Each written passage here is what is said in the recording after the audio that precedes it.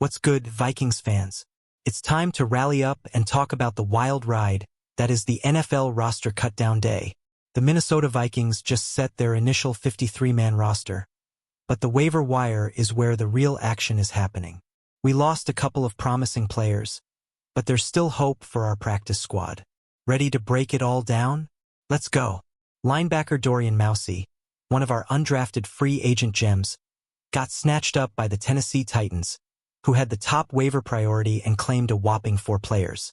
Mousey was a beast in the preseason, racking up 62 defensive snaps and earning high PFF grades, especially in the finale against the Titans.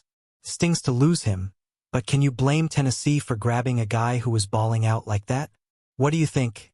Did we miss out by not keeping him on the 53-man roster? Meanwhile, the Titans are no strangers to picking up our linebackers. They also claimed Brian Asamoah too earlier, only to waive him on cutdown day. Mousey now gets a shot at their active roster, and I'm curious. Do you think he'll make a splash in Tennessee?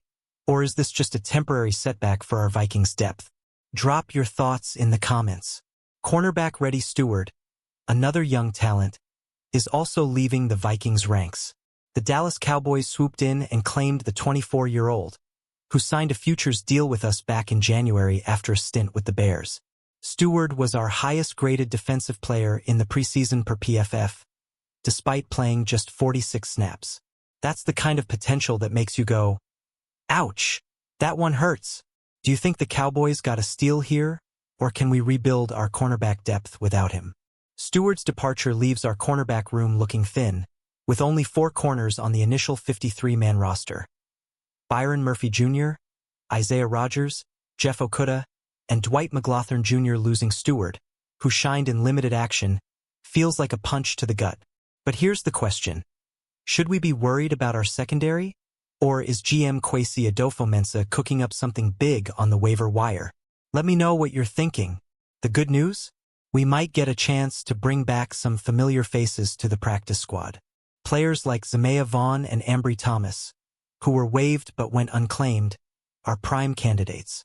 Vaughn, a Utah product, took second-team reps in camp, and Thomas had an interception in our preseason win against the Texans.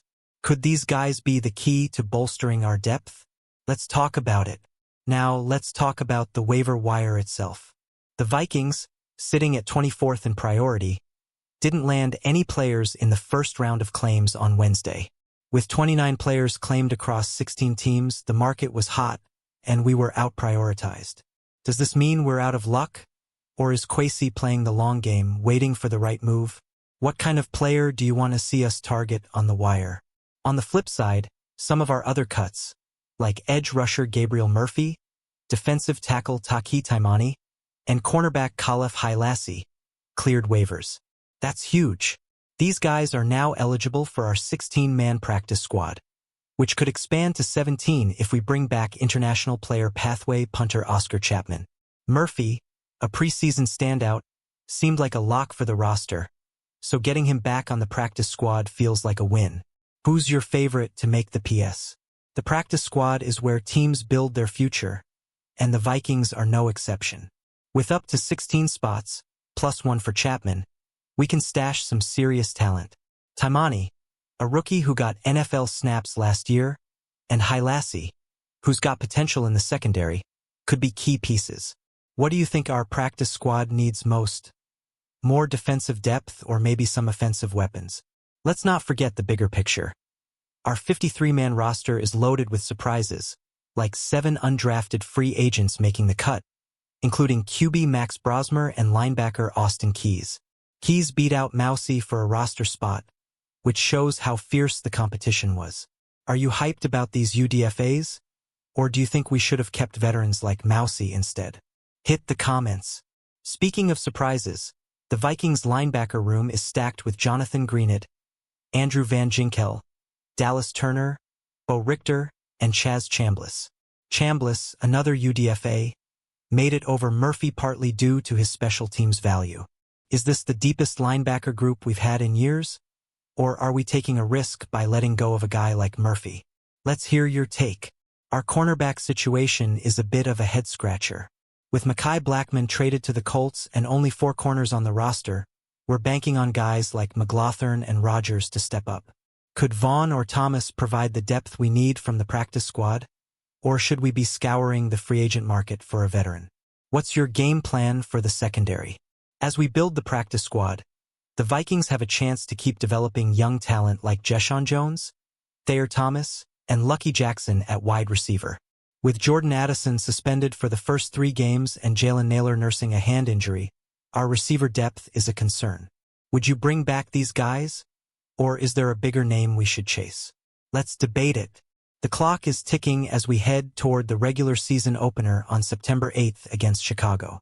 With J.J. McCarthy set to make his first career start, the Vikings are all in on the future. But roster moves like these show how delicate the balance is between youth and experience. Are you confident in Kwesi's vision? Or do you think we need more veteran presence? Drop your hot takes below. Vikings Nation. This is just the beginning.